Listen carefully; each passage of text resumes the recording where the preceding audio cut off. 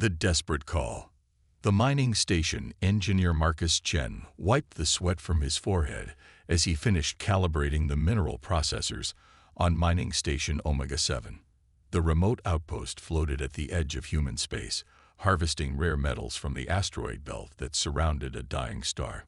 Most people would find the isolation unbearable, but Marcus loved the quiet. Out here, it was just him, his tools, and the endless puzzles that broken machinery presented. At 35, Marcus had spent half his life fixing things that others said couldn't be fixed. He had dropped out of the prestigious Earth Engineering Academy, not because he couldn't handle the coursework, but because their rigid thinking frustrated him. While his classmates memorized textbook solutions, Marcus saw patterns and possibilities that the books never mentioned. His professors called him reckless. His results called him brilliant. The station's communication array crackled to life, interrupting his thoughts. Static filled the air, followed by a voice speaking in heavily accented Standard Galactic. "This is Captain Rodriguez of Mining Station Omega 7, requesting immediate assistance.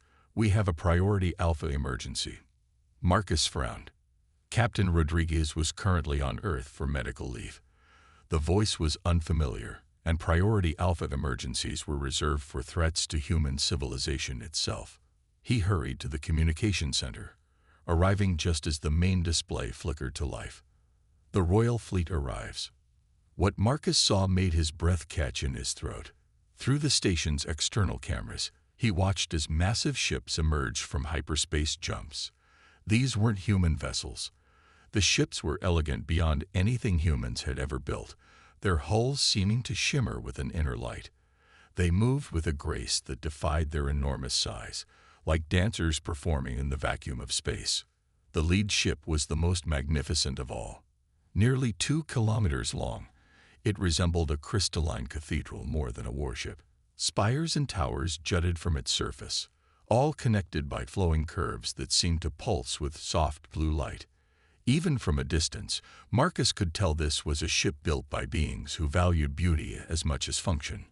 Unknown vessels. "This is Mining Station Omega 7. Marcus spoke into the communication array.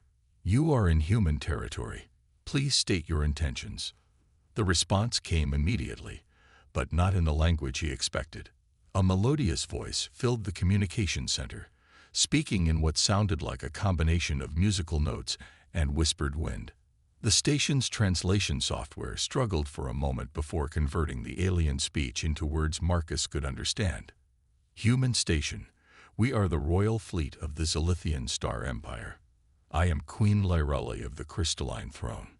We come seeking aid, not conflict.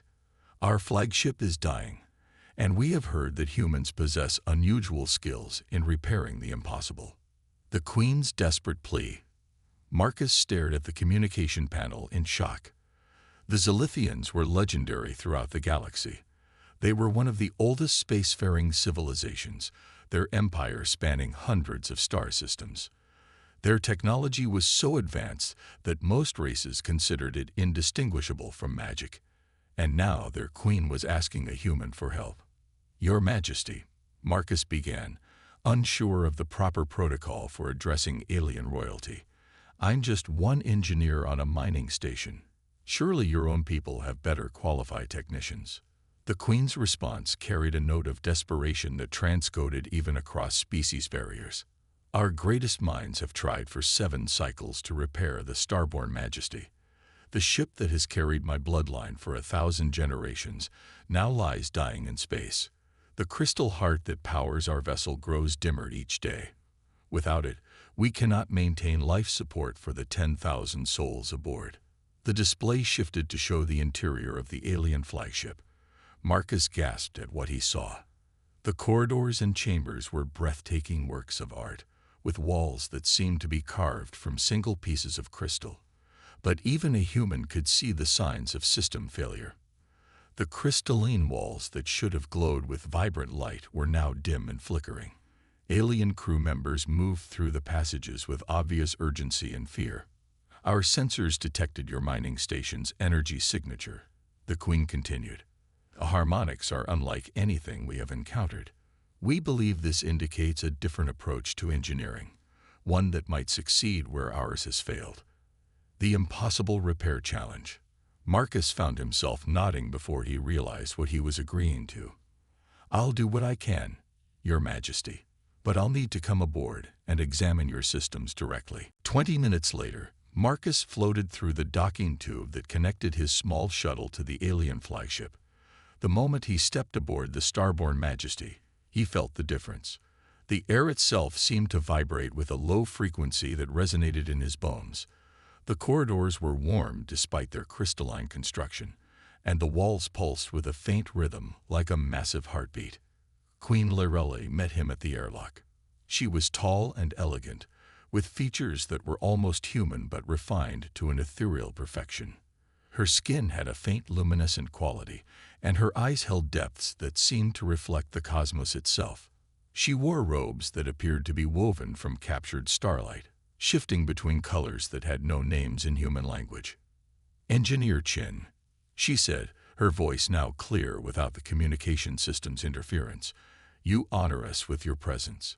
Please, time is precious. The crystal heart fails more with each passing hour. As they moved through the ship, Marcus was amazed by what he saw. The Zilithians hadn't built their vessel so much as grown it.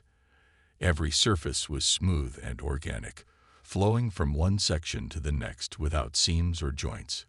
Crew members they passed stopped to bow to their queen, their expressions mixing hope and fear in equal measure. The dying crystal heart. The ship's power core occupied a chamber that took Marcus's breath away. The room was spherical, easily 100 meters in diameter, with crystalline formations jutting from every surface. At the center, suspended in a web of energy fields, hung what could only be the crystal heart the queen had mentioned. It was beautiful beyond description. The crystal was easily 10 meters tall, multifaceted like a giant diamond, but translucent enough that Marcus could see complex patterns of light moving within its structure. However, the patterns were weak and inconsistent, like a candle flame guttering in the wind. This is our heartstone, the queen explained, her voice reverent. It has powered our ships for millennia, drawing energy from the quantum foam itself. But something has gone wrong. The resonance patterns are failing, and our engineers cannot determine why. Marcus approached the crystal slowly, pulling out his diagnostic tools.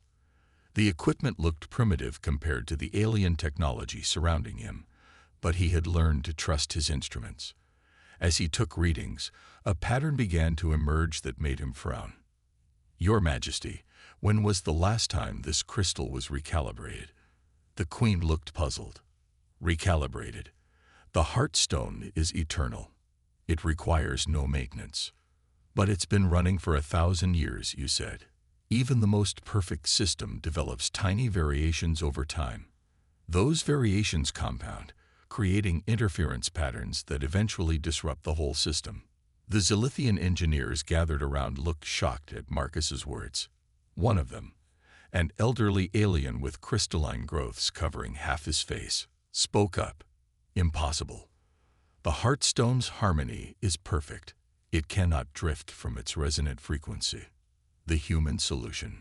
Marcus spent the next 6 hours studying the crystal and the systems that supported it. What he found confirmed his initial suspicion.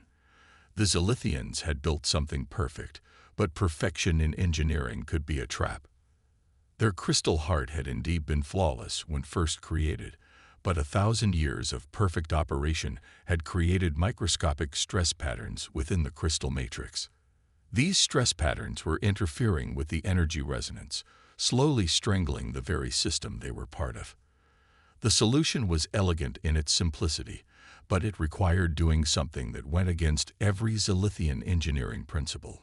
Marcus would need to deliberately introduce controlled imperfections into the crystal structure, creating new resonance pathways that could work around the stress patterns. You want to damage our heartstone. The elderly engineer looked horrified. This is blasphemy. Queen Lorelei studied Marcus carefully. Explain your reasoning, Engineer Chen. Think of it like a river, Marcus said, warming to his explanation. When a river runs straight for too long, It builds up pressure that eventually causes devastating floods. But if you create small channels and spillways, the water flows smoothly forever. Your crystal needs spillways for its energy. The Queen was quiet for a long moment, her eyes reflecting the dim light of the failing crystal. Finally, she nodded. We have tried everything else. If you believe this will work, then we must trust in your expertise. The repair that shocked the galaxy. Using tools that looked like toys compared to Zilithian technology, Marcus began the most delicate operation of his career. He carefully introduced microscopic fractures in specific locations within the crystal matrix, each one precisely calculated to redirect energy flow around the stress patterns that had built up over centuries. The Zilithian engineers watched in fascination and horror as Marcus seemingly attacked their most sacred technology with crude human instruments. But as he worked, something remarkable began to happen. The dim, flickering patterns within the crystal started to strengthen and stabilize. Impossible, whispered the elderly engineer. The resonance is actually improving. Hours passed as Marcus worked, sweat beading on his forehead, despite the cool air of the chamber. The Queen never left his side, watching every move with intense concentration. Finally, Marcus stepped back and activated the recalibration sequence he had programmed into the ship's systems. The effect was immediate and dramatic. The crystal heart blazed to life with intensity that hadn't been seen in decades. Light flooded the chamber as energy cascaded through pathways both old and new. Throughout the ship, systems came online with renewed power. The crystalline walls began to glow with their original brilliance, and the deep thrumming of healthy power resonated through every surface. The enemy attack. As if summoned by the return of the flagship's power, proximity alarms began blaring throughout the ship. The main display showed dozens of dark, angular vessels emerging from hyperspace. These ships were the antithesis of Zilithian beauty, all sharp edges and aggressive lines, built for destruction rather than grace. The Void Hunters, Queen Lyralai breathed, her face pale. They must have been waiting for our power to fail completely before attacking. They want to capture our ship intact.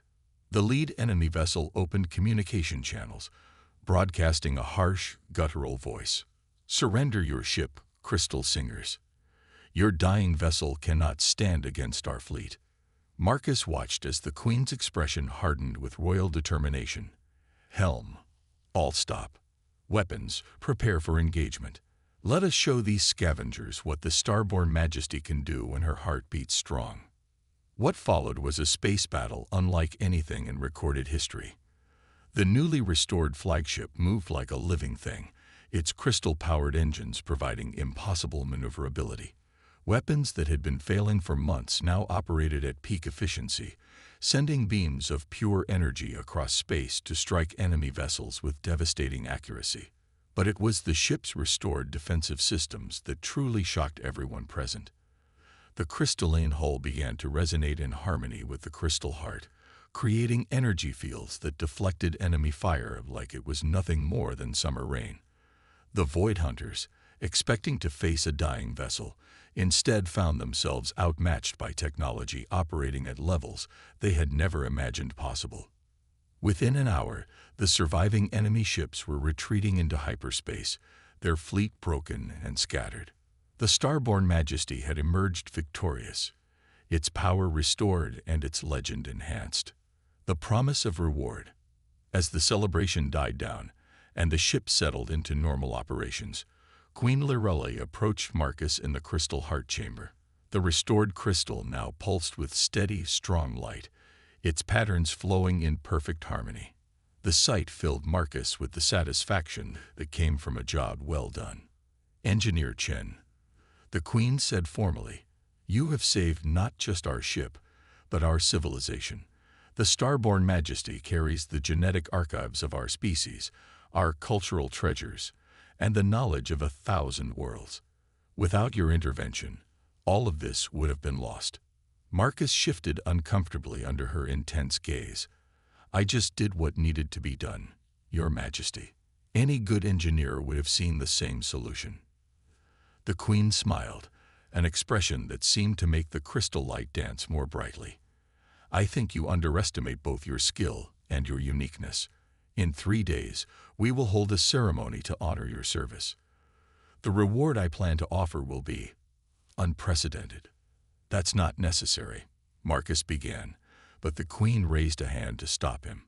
"It is not only necessary, it is required by the laws of our people. One who saves the crystal heart saves the empire itself. Such service demands recognition that will echo through the ages." As Marcus prepared to return to his mining station, he wondered what kind of reward could possibly be appropriate for fixing a broken machine. He was about to discover that some gifts can change not just a person's life, but the course of galactic history itself. The galaxy-shaking reward. The grand ceremony. 3 days after the repair of the Starborn Majesty, Marcus found himself standing in the ship's Grand Assembly Hall, a chamber so vast it could have held a small city. The crystalline walls soared hundreds of meters overhead, their surfaces alive with dancing patterns of light that responded to the emotions of those gathered below. Thousands of Zilithians filled the space, their luminescent skin creating a sea of soft, shifting colors. Marcus wore formal attire provided by the royal tailors, though he felt completely out of place among the ethereal beauty of the assembled crowd. The clothing seemed to be woven from crystalline fibers that caught and reflected light, making him appear to glow like the aliens around him. Despite the finery, he remained obviously human among beings who looked like living art. At the far end of the hall rose a crystalline dais that seemed to grow from the floor itself. Upon it sat the crystal throne, a masterwork of engineering and artistry that defied human understanding. The throne appeared to be carved from a single massive gemstone, its faceted surfaces creating infinite reflections of the chamber around it. Queen Lorelei sat upon it, no longer in the simple robes she had worn during the crisis, but dressed in the full regalia of her office. Her ceremonial gown seemed to be made of captured starlight itself, shifting through colors that human eyes could barely perceive. Upon her head rested the crown of eternal suns, a delicate circlet that held 7 floating crystals, each one burning with the light of a different star. When she spoke, her voice carried throughout the immense chamber without technological amplification, resonating through the crystalline structure itself. "Citizens of the Zilithian Empire," she began, "we gather today to honor one whose actions have preserved not just our flagship, but our entire civilization. Engineer Marcus Chen of Earth saw solutions where our greatest minds saw only failure. He succeeded where perfection itself had failed." The assembled crowd remained silent, but Marcus could feel their attention focused on him like a physical weight. He stood alone in a circle of clear crystal at the center of the hall, feeling exposed and uncertain.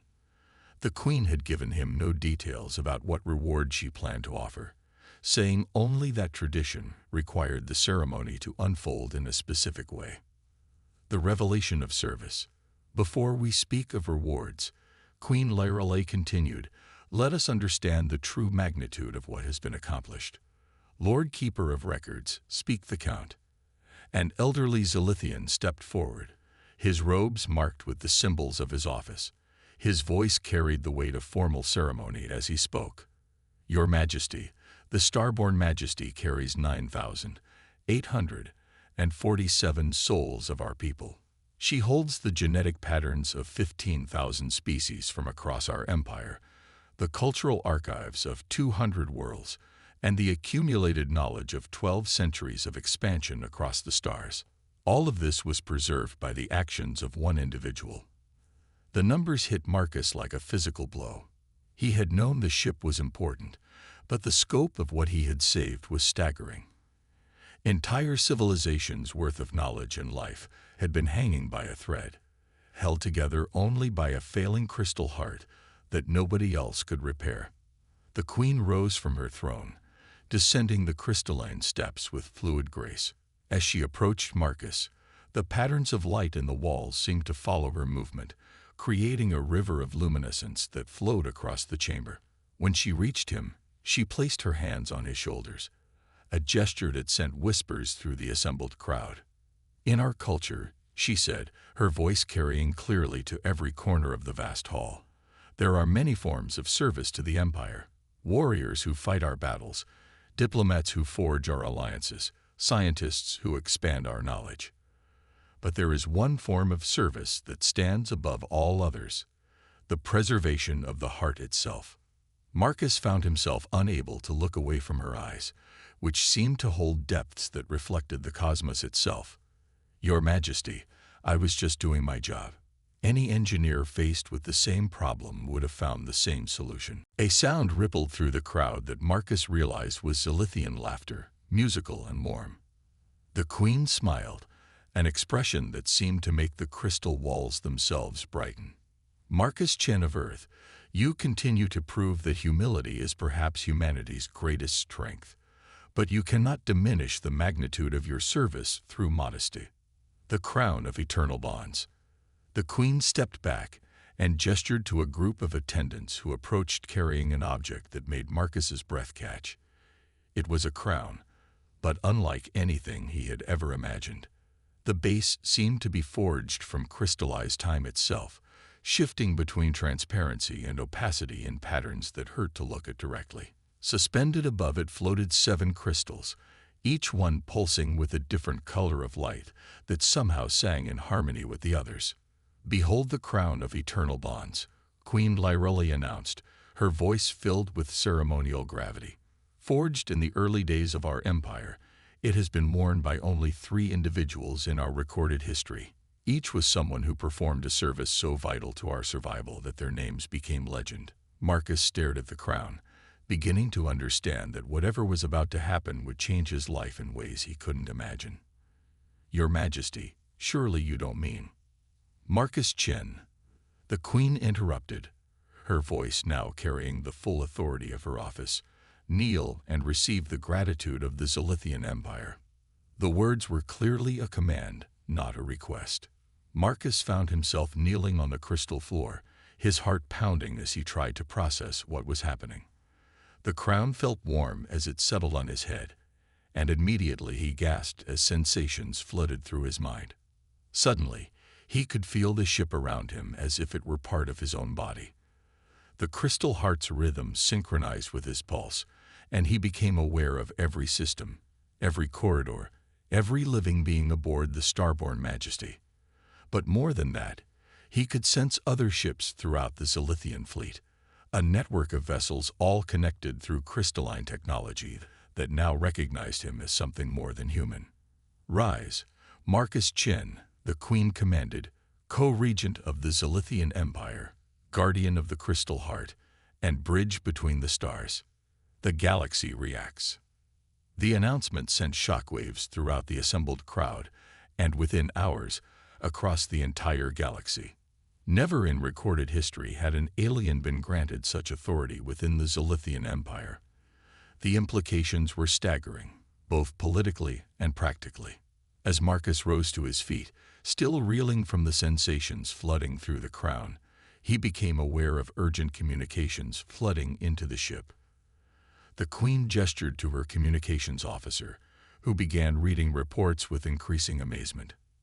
"Your Majesty, we are receiving priority transmissions from across the galaxy. The Terran Federation is requesting immediate diplomatic contact.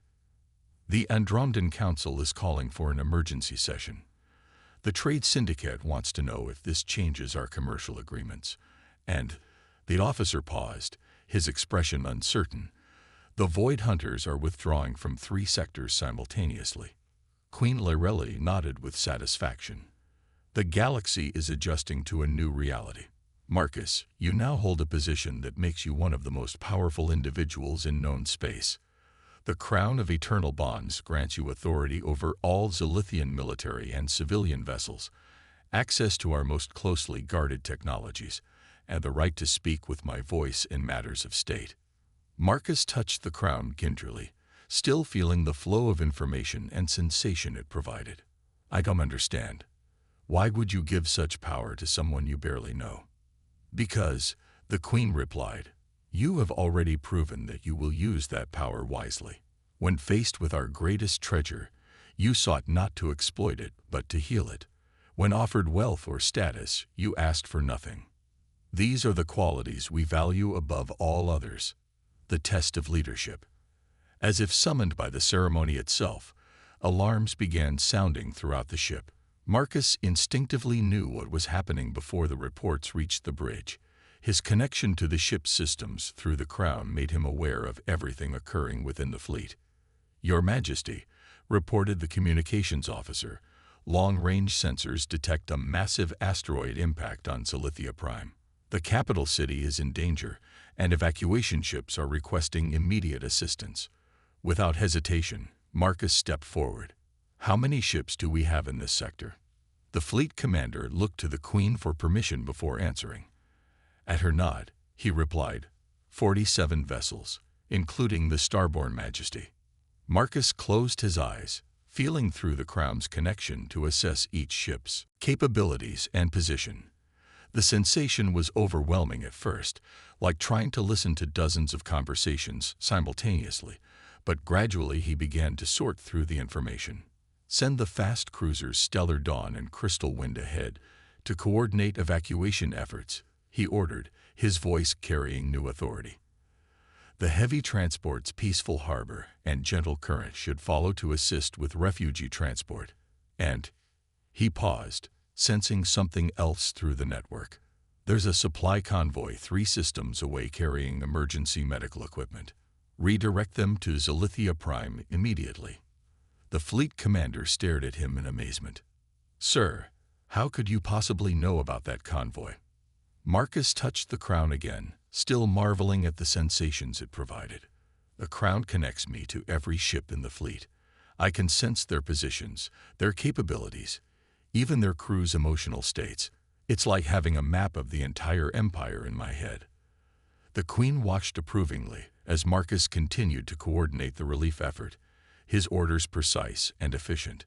Within minutes, the Zalithian response was organized and underway, moving with a speed and coordination that impressed even the veteran officers present. The bridge between worlds. As the immediate crisis passed and relief ships sped toward Zalithia Prime, Marcus found himself alone with Queen Lerali in her private chambers. The room was smaller and more intimate than the grand public spaces, with walls that displayed a slowly shifting view of the cosmos outside. "You adapted to the crown's abilities remarkably quickly," the Queen observed, settling into a chair that seemed to be grown from a single piece of crystal. "Most Zalithians require months of training to coordinate even a small fleet through the network." Marcus sat across from her, the crown still feeling strange on his head. "It's not that different from troubleshooting complex systems back home. You learn to see patterns, to understand how different components interact with each other. And that is precisely why I chose you for this role," she said, leaning forward with intensity. "Marcus, what do you know about the current state of galactic politics?" "Not much," he admitted. "Humans are still relatively new to interstellar society. We mostly keep to ourselves and try not to offend anyone." The Queen nodded thoughtfully. "The galaxy is changing, Marcus. Old alliances are crumbling, new threats are emerging, and species that have coexisted peacefully for centuries are beginning to eye each other with suspicion. The Void Hunters are only the beginning. There are forces moving in the outer rim that threaten everything we've built." She stood and walked to the wall displaying the star field outside. "Humanity represents something new, a species that has achieved space travel without losing its essential character. You remain adaptable, innovative, willing to take risks that other races consider impossible. These qualities may be crucial in the challenges ahead." Marcus joined her at the wall, looking out at the infinite expanse of stars. "So this isn't just about rewarding me for fixing your ship." "The reward was genuine," she assured him. "You saved our civilization, and our laws required appropriate recognition. But yes, there are larger considerations at play. By making you co-regent, I've created a bridge between humanity and the Zalithian Empire. Your species now has a voice in galactic affairs that it never possessed before." The new reality. Over the following days, as news of Marcus's elevation spread throughout human space, the reactions were as varied as they were intense. The Terran Federation's government was simultaneously thrilled at the unprecedented diplomatic opportunity and terrified of the responsibility it represented.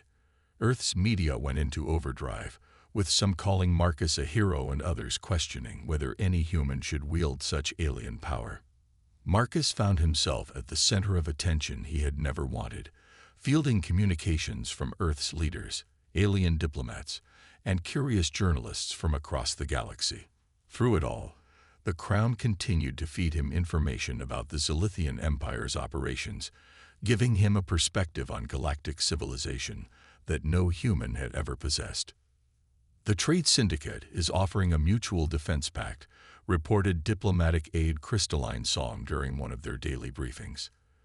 The Androndan Council wants to establish formal cultural exchange programs, and 3 different military contractors are requesting meetings about consulting opportunities.